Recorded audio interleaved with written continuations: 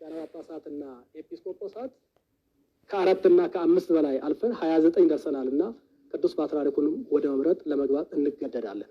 ቅዱስ ፓትርያርኩ ተቀብሎ በሳቸው ቲተርና ፊርማ በየአህጉረ ስብከቱ እንዲሰማሩና ስራ እንዲሰሩ ማድረግ ነው። ያንን ለማድረግ ቅዱስ ፓትርያርኩ ፈቃደኛ የማይሆነው ከሆነ ግን ፓትርያርኩ መርጠን በተመረጡት ቅዱስ ፓትርያርክ ኤጲስቆጶሳቱ በየአህጉረ ስብከታቸው በደብዳቤ እንዲመደቡ የማድረግ መብታችን ነው። ጳጳስ በኢትዮጵያ ይሾም እኮ የሚል የተፈቀደ ህግ እኮ አልነበረም።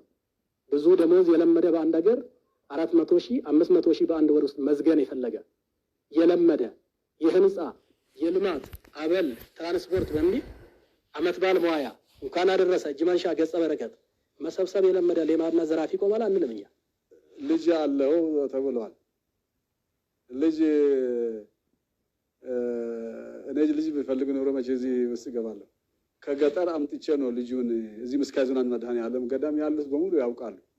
ምስካየ ኅዙናን መድኃኔዓለም ትንሽነቱ መጥቶ እዛ አስተምሬው ያደገ ልጅ ዓለም የሚያውቀው ነው። ሊጣራ ይችላል። ቢጣራልኝ ደስ ይለኛል። እኔ ቢጣራ ማለት ነው። የት አካባቢ ነው የት ቦታ ነው በእኔ እጅ ሰው የጠፋው?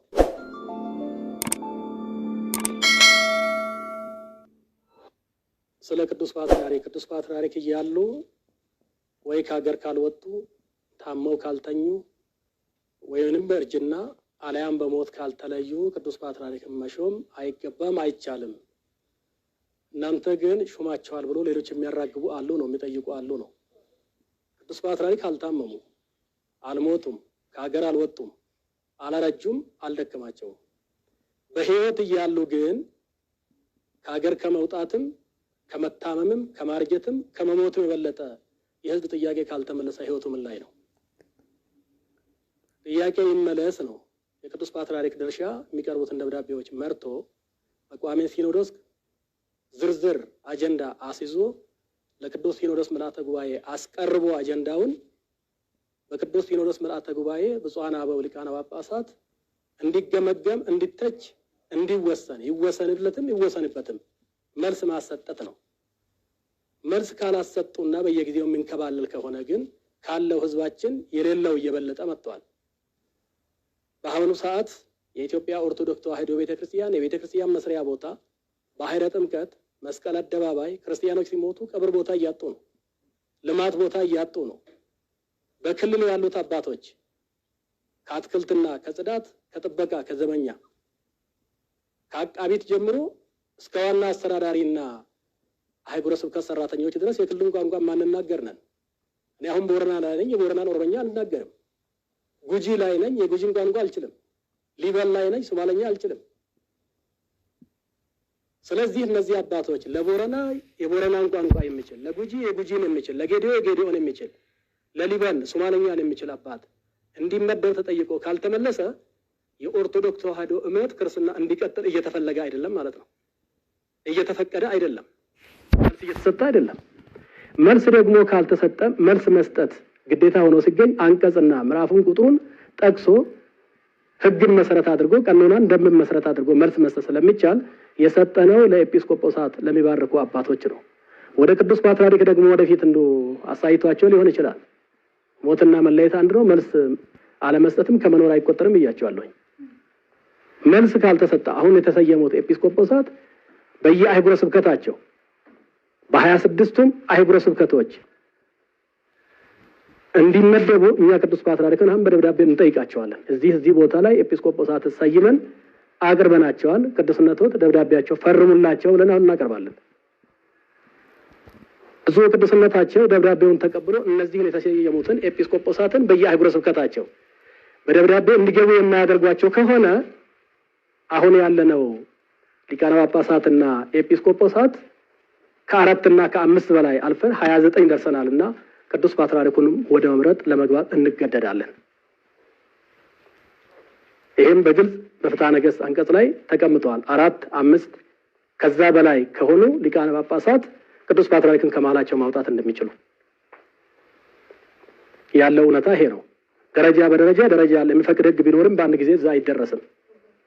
አሁን ደረጃችን መጨረሻ ላይ አንድና አንድ ነው።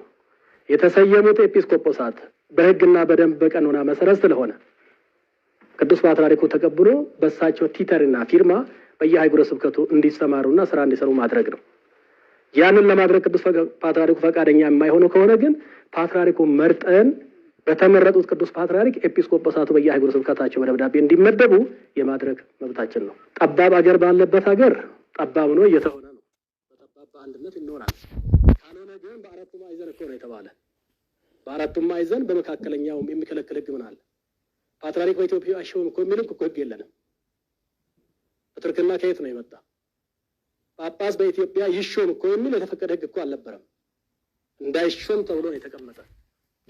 ጵጵስናን የሰጡት በዘመኑ ግብፃውያን ካሂሮ መንበረ ልዑል ቅዱስ ማርቆስ ላይ ጵጵስናን የሰጡ ኋላም ፕትርክናን የሰጡ ከኢትዮጵያ ሊቃውንት እኮ ሌሎች ሊቃውንት እኮ አይሾም እኮ ነው የተባለ።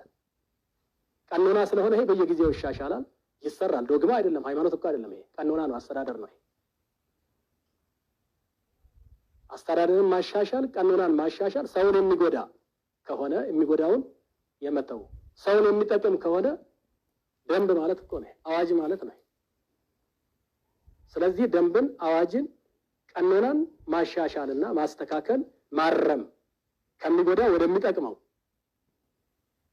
እሱ ውስጥ ከገባን በአሁኑ ሰዓት ንስሐ የሚቀበል ክርስቲያን የለንም። ምክንያቱም አንድ ክርስቲያን ኃጢአት ከሰራ እንደሰራው ኃጢአት መጠን የሚያዘው ከ1 ዓመት እስከ 7 ዓመት ስጋ ከመብላት ወተት ከመጠጣት አልጋ ላይ ከመተኛት የሞቀ ልብስ ከመልበስ የደመቀ ቤት ውስጥ ከመኖር የሚከለክል አንቀጽ ውስጥ ከገባን አንድም ክርስቲያን አይኖረንም። ሀደጉ ሊቃውንት ፈሊጠ ምግባራት ለሊቃውንት በውስጥ አይጉር እኮ ነው። አባቶቻችን በነበሩበት አገራቸውን በዘመኑ መስራት የሚገባቸው ሰርተው የማይገባቸውን ያልተቻላቸውን ግን ቀጣዩ ከኛ በኋላ የሚነሱት ሊቃውንት ይስሩ ብሎ እኮ ተውኩ። ስለዚህ ቀኖና በየጊዜ የሚስተካከል የሚታረም የሚቀና እንጂ በአንድ ጊዜ የሚዘጋ ዶግማ አይደለም። ይፈቅዳሉ። የመጀመሪያውንም ከግብፅ ወደ ኢትዮጵያ እኮ ሲመጣ ፕትርክና ተፈቅዶ ነው የተሰጠ። በተሰጠው ልክ ግን በተሰፈረው ልክ ግን የማይሰራበት ከሆነ ወደሚሰራበት ይገባል። ቅድም ሞት ብላችሁኛል። በህይወት ተኖሮ መልስ ካልተመለሰ ከሀገር ከወጡ ብላችሁኛል። ሀገር ውስጥ ኖሮ የሀገር ስራን ካልተሰራ የሃይማኖት ስራ ካልተሰራ በመደባበቅና በር በመዝጋት በዘበኛ ሰውን በመግፋት የሚመጣ መፍትሄ አለ እንዴ? ለውጥ አለ እንዴ? ለአንድ ሀገረ ስብከት በአንድ ዓመት ስንት በጀት መልቀቅ፣ ሌላው ሀገረ ስብከት ግን በአንድ በጀት 4 ሀገረ ስብከት እንዲመራ ማድረግ፣ ሌላው በ4 በ5 መኪና እየተንፋሰ ፍትሃዊ ያልሆነ ሀብት ክፍፍል እየተሰጠ ሌላው አንድ መኪና አጥቶ በእግር እንዲሄድ ማን ፈቀደ? የትኛው ሃይማኖት ነው ያዘዘ ይሄንን? ለራስህ የምትወደውን የምትፈልገውን ሁሉ ለባልንጀራ አድርግለት እኮ ነው የተባለ። ለራስህ እንዲደረግብህ የማትፈቅደውን ሁሉ የባልንጀራ ላይ እኮ አታድርግ እኮ ነው። ስለዚህ በግልጽና በግልጽ አነጋገር ደረጃና ደረጃን ጠብቀን ቀኖናችንን ጠብቀን የማንሰራው ስራ የለም። ይህን ስናደርግ ግን መንገዱ አልጋ በአልጋ ነው ማለት አንችልም። ብዙ ደሞዝ የለመደ በአንድ ሀገር 400,000 500,000 በአንድ ወር ውስጥ መዝገን የፈለገ የለመደ የህንፃ የልማት አበል ትራንስፖርት በሚል አመት ባል መዋያ እንኳን አደረሰ እጅ መንሻ ገጸ በረከት መሰብሰብ የለመደ ሌማና ዘራፊ ቆማላ አንልም እኛ። ይህንን የሚያደርገው ደግሞ በብፁዓን ሊቃነ ጳጳሳት ደረጃ ሳይሆን አሽከሮች አሉ፣ ደላላዎች አሉ፣ አጫራቾች አሉ፣ ቀረጥ ሰብሳቢዎች አሉ። መንግስት አሁን እንደ መንግስት እየሄደበት ነው ስነ ምግባርና ጸረ ሙስና ኮሚሽን ብሎ። እንደ ኦርቶዶክስ ተዋሕዶ ቤተክርስቲያን ግን ብዙ በመንግስቱ እንኳን ተፈቅዶ የተሰጡት ሀብትና ንብረቶች በአሁኑ ሰዓት ግለሰቦች ወደ ግል የማዞር አሳልፎ የመሸጥ የመለወጥ ከአካባቢ የመሰወር ስራ እኮ ይሰሩ እኮ ነው። በህግ እያዝ ምንድን ነው ሲባል ግን ጆሮ ዳባ ይልበስ የጥቅም ተካፋይ ማስፈራራትም አለ፣ ፈርቶ ዝም የሚል አለ። ያልተሰራ ስራ የማሰራት እገሌ የሰረቀ፣ እገሌ የገደለ፣ እገሌ ውሽማ የያዘ፣ እገሌ ሚስት አለው፣ እገሌ ቤት ህንፃ ሰርተዋል፣ እገሌ መኪና ገዝተዋል፣ ለወንድሙ ለእህቱ እንዲያድርገዋል፣ እከሳለሁ፣ ወነጅላለሁ፣ ስም አጠፋለሁ በሚል ከሀገር ውስጥ እስከ ውጭ ሀገር ድረስ ዱርዬ አደራጅተው አስፈራርቶ አፍኖ እኮ አባቶችን እያኖሩ ያሉት ከስራቸው ያሉት ናቸው። ዛሬም ላይ ፌስቡክን ሌሎችን የሚያራግቡ እርግጠኛ ነኝ ከራሴ ጀምሮ ሙሉ እንጀራ መብላት አቅቶናል። ከሙሉ እንጀራ ወደ ግማሽ እንጀራ ከግማሽ ወደ ሩብ ወርደናል። ልባችንና ሆዳችን በነገር የታሰረ ነው። ስለዚህ በግልጽ አነጋገር የእምነት ስራ የማይሰራ ከሆነ የእምነት መሪ መሆን፣ የእምነት ኃላፊ መሆን፣ ፓትርያርክ መሆን፣ ሊቀ ጳጳስ መሆን፣ ኤጲስቆጶስ መሆን፣ ቆሞስ መሆን፣ መነኮስ መሆን፣ ባህታዊ መሆን ካህን መሆን፣ ዲያቆን መሆን፣ ሰባኪ መሆን፣ የቤተ ክርስቲያን አባል ነኝ ብሎ መናገር ኦርቶዶክስ ተዋሕዶ ምእመን አማኝ ክርስቲያን ልትሆን አትችልም። አስመሳይነት ነው ይሄ። ክርስትና ደግሞ ማስመሰል ሳይሆን በተግባር ሆኖ መገኘት ነው። ህብረተሰቡ ምን ያህል አምኗቸዋል፣ ምን ያህል ተቀብሏቸዋል? ቅድም አንስተናል እኮ ህብረተሰቡ በሐሰትና በማይሰማ በማይታይ ነገር ታፍኖ የኖረ ነው። ምክንያቱም ስልጠና አልተሰጠውም፣ እውነትና ውሸትን ለይቶ አያውቅም። ፖሊስ አይደለም አልመረመረም፣ ፍርድ ቤት አይደለም ውሳኔ አልሰጠም። ህዝቡ በሚነገረው አየር በአየር በሚበረው ወሬ እንጂ በተግባር ደረጃ ለራሱ ጠይቆ የተረዳ ወይም ሲጠየቅ የሚያስረዳ ነገር የለው። ጠዋት ላይ አንድ ወንድሜ ምሳሌ ማንሳት እችላለሁ። በስልክ ደውሎ ትልቅ የመንግስት ተቋም ጠርቶ ተከፋና ተናገረኝ። ልክ የቤተክርስቲያን ስርዓት እንደተጣሰ ቤተክርስቲያን እንደተጎዳች አድርጎ ስትነግረኝ ዶግማዋንና ቀኖናዋን ጠቅሰ በዚህ አንቀጽ፣ በዚህ ምዕራፍ፣ በዚህ ቁጥር፣ በዚህ ደንብና ቀኖና በደል አለ ልክ አይደለም በለኝ አልኩት። ሌላኛ አልቻለም። የስራ ድርሻ የጠቀሰልኝ ትልቅ ስለነበረ ይሄን የስራ ድርሻም በማዕረግ ያዝ እየነ የተለያየ ነው። ስለዚህ ህዝቡ ይከተላል አይከተልም፣ እውነት እያወቀ ሲሄድ መከተል ግድ ነው። በልጄና በአባቴ በወንድሜና በታላቅ በአያቴ አልባረክም፣ አልማርም፣ አልሰማም፣ አላይም ካለ ህዝቡ ራሱ እምነቱ ገና አልገባውም፣ ወይ ደግሞ ከገባው የሚፈልገው እምነቱ ሳይሆን ሌላ ችግር አለ ማለት ነው። ህዝቡ ያምናል፣ ይቀበላል። ማንም እውነትን የማይቀበል የለም። ውሸት ሲደራረብ ደግሞ እውነት ስለሚመስል ጉዳዩ እየዋለ እያደረ እየተንከባለለ የመጣ ውሸት እውነት መስሎ ስለታየ ውሸትን ነው ህዝብ እየተከተለ ያለ። እውነትን ግን ይከተላል። ሲጠይቀን እኮ ምዕራፉን፣ ቁጥሩን፣ አንቀጹን እንሰጠዋለን፣ ደንቡን እኮ እንሰጠዋለን፣ በምን ምክንያት እንደታዘንና እንደሰራ። ይህን ጥያቄ ስላነሳችሁልኝ በጣም አመሰግናለሁ። ጥያቄው ዛሬ አልነበረም መጠየቅ የነበረባቸው፣ ከመነሻው ነው። የትምህርት ደረጃም ይሁን የልጁ ጉዳይም ይሁን እስካሁን ትክክለኛ እውነተኞች ሰዎች ከሆኑ ከመጀመሪያ ጀምሮ ለምን አላነሱትም? ይሄን አሁን ይሄ ስም ማጥፋት ዘመቻ ፈልጎ ነው እንጂ መጀመሪያ ስሾም ከ97 ዓመተ ምህረት ጀምሮ ነው እኔ የተሾምኩት።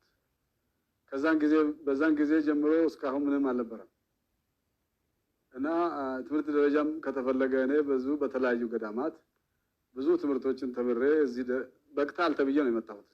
ተምረሃል፣ አውቀሃል ተብዬ ነው የመጣሁት። ባላውቅ ኖሮማ እዚህ አልመጣም ነበር። አውቀሃል፣ በቅታል ለዚህ ብሎ ቅዱስ ሲኖዶስ እኮ ነው ያመጣኝ። ወሬኞች እንደሚያወሩ አይደለም።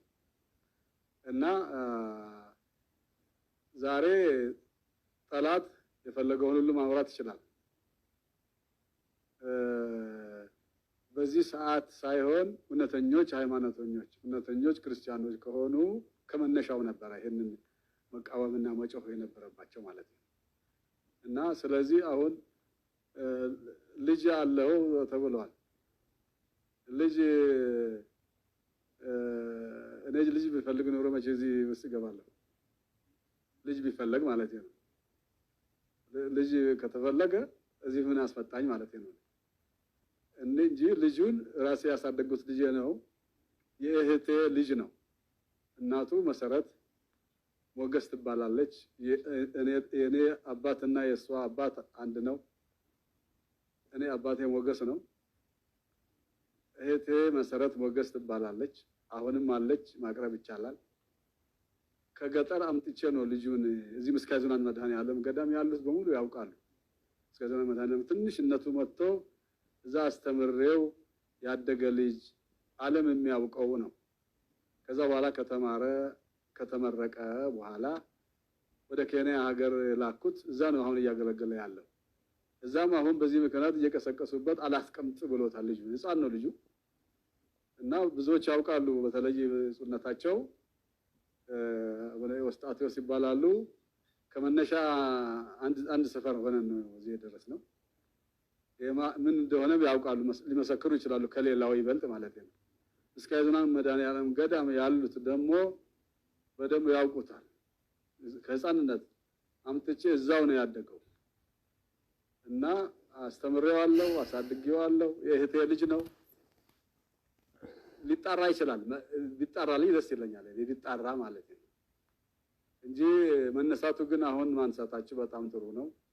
ማንም ሰው ሀገር የማያውቀው ነው። የስም ማጥፋት ዘመቻ ነው። መቼም የጠሉትን ነገር እኮ የጠሉትና ይሄ ሰው መልካም መልከቀና እንኳን ቢሆን ይሄ ሰው መልካም አይባልም፣ መልከ ጥፉ ነው የሚባለው።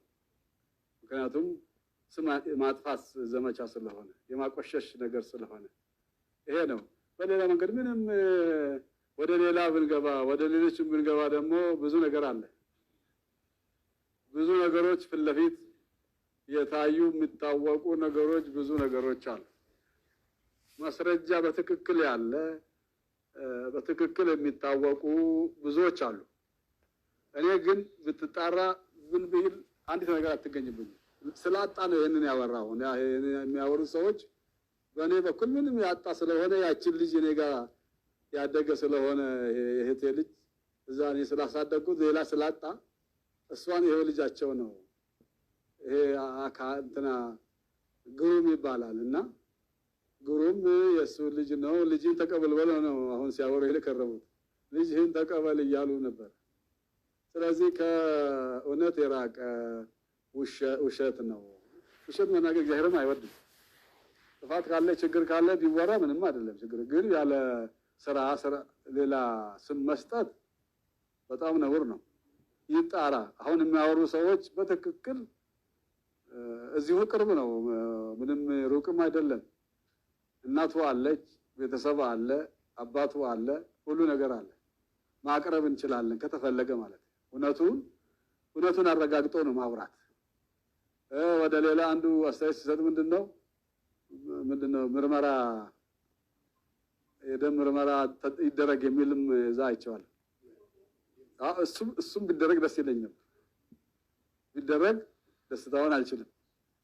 እና ከእውነት የራቀ ውሸት እንጂ እውነተኝነት አይደለም። እኛ በብዙ ገዳማት ቆይቻለሁ። በደብረ ጽሞና ገዳም፣ በደብረ ሊባኖስ ገዳም፣ በተለያዩ ገዳማት አድባራት ብዙ ትምህርት ቀስሜያለሁ። እነሱ እንደሚያወሩት አይደለም፣ ጠላት እንደሚያወራ አይደለም። ስለዚህ በዚህ መልኩ ነው የነፍስ እጅ ያለው። ደግሞ አልገባኝም። የት አካባቢ ነው የት ቦታ ነው በእኔ እጅ ሰው የጠፋው? ግልጽ መሆን አለበት። የቱ ጋር እንደሆነ ይሄ መታወቅ አለበት። ይሄ ሲታወቅ ጥሩ ነው። ሳይታወቅ ምን መልስ ይሰጣል? አሁን ስለ ልጁ ጉዳይም ይሁን ስለ ጠፋው ሰውም ቢሆን ማስረጃ ነው መጀመሪያ ማቅረብ። ማስረጃ ካለ እቀርባለሁ እኔ፣ ምንም ችግር የለም። ግን ያለ አግባብ የሰውን ስም ማጥፋት ለቤተክርስቲያን ይበጃል ወይ? አሁን እንደዚህ አይነት ነገር የአባቶችን ስም የማጥፋት አጠፋም አለማም ግን የአባቶችን ስም ማጥፋት ቤተክርስቲያንን መጥቀም ማለት ነው። ይሄ ቤተክርስቲያንን ማገዝ ነው። ቤተክርስቲያኒቷን ማዋረድ እንጂ ለጠላት አሳልፈው መስጠት እንጂ ይሄ ለቤተክርስቲያን አይጠቅምም። እነዚህ ጥቅማቸው የቀረባቸው ሲጠቀሙበት የነበረ ብዙ ነገር ስለቀረባቸው ነው። አሁን እነዚህ ሰዎች የሚጮሁት ተገዝቶም የሚጮሁ አሉ። በገንዘብ ተገዝቶ በእኛ ላይ ተገዝቶ ይህን ስራ የሚሰሩ አሉ። ብዙ ነገር የሚሉ አሉ። እኔ ማያቸው ብዙ ነገር ይላሉ። ግን ሁሉም ነገር ከእውነት የራቀ ነው። በትክክል እኔ አሁን ተጣርቶ መስረጃ ቢመጣ እኔ ራሴ ቀርቤ እንትን እላለሁ። ስለዚህ ዋናው ትክክሉ ወሬ ማውራት ሳይሆን በተጨባጭ ማስረጃ የማቅረብ ነው መሆን የሚሻለው ማለት ነው እንጂ ዝም ብሎ ለገበያ ዞሮ ገበያ ነው። ይሄ ለጥቅማቸው ገንዘብ ለማግኘት ሲሉ ነው በብዛት ያንን የሚያወሩት። ከዚህ በተረፈ ምንም ችግር የለውም። ለዚህ ብዬ ደግሞ አልደናገጥም፣ የምፈራበትም ነገር የለም። ስለሌለሁበት 10 ጊዜ ቢያወራ በምንም አይነት የፈለገውን ማውራት መብቱ ነው። በስመ አብ ወወልድ ወመንፈስ ቅዱስ አሐዱ አምላክ አሜን። ለሁሉም እግዚአብሔር የተመሰገነ ይሁን። ሚዲያውንም አመሰግናለሁ። አባ ኤዎስጣቴዎስ እባላለሁ። አሁን ስለተነሳው ነጥብ ጥያቄ በተለይ ብፁዕነታቸው እኔና ብፁዕነታቸው ፊደል ቆጠርንበት። ደብራችን አንድ ነው። የተወለድንበት አንድ አካባቢ ነው። ደብረ ገሊላ ቅዱስ ባለወልድ ይባላል። ደብሩንም የመሰረቱት አባታቸው መምሬ ሞገስ ይባላል። ሞገስ ልቼ ገዳ ይባላል። እኔ ታላቃቸው ነኝ። ታላቃቸው ሊሆን ይችላል። እንግዲህ ሁላችንም በዛች ቦታ ላይ ነው ፊደል ቆጥረን ከዛ በኋላ ወደ ሌላ ቦታ ደግሞ ሄደን የተማርን ማለት ነው። እንግዲህ ብፁዕነታቸው አሁን ልጅ አላቸው ለሚለው ነገር ለመናገር የፈለግኩት እንደተባለው ልጁ የታናሻቸው ታናሽ ነው። የመጨረሻ ልጅ ናት እንደው መስለኛል አይደል? መሰረት ትባላለች። መሰረት ሞገስ የእሷ ልጅ ነው ልጁ እና ልጁን አሳድገውታል። ቅድም እሳቸው ስለተናገሩ እንደው መድገም አያስፈልገኝም። እኔ በአይኔ ስላየሁት ሲወለድም ስለማውቀው ሲያድግም ስለማውቀው እዛው አካባቢ አንድ መንደር ስለሆነ ይህንን ተናግሬያለሁ።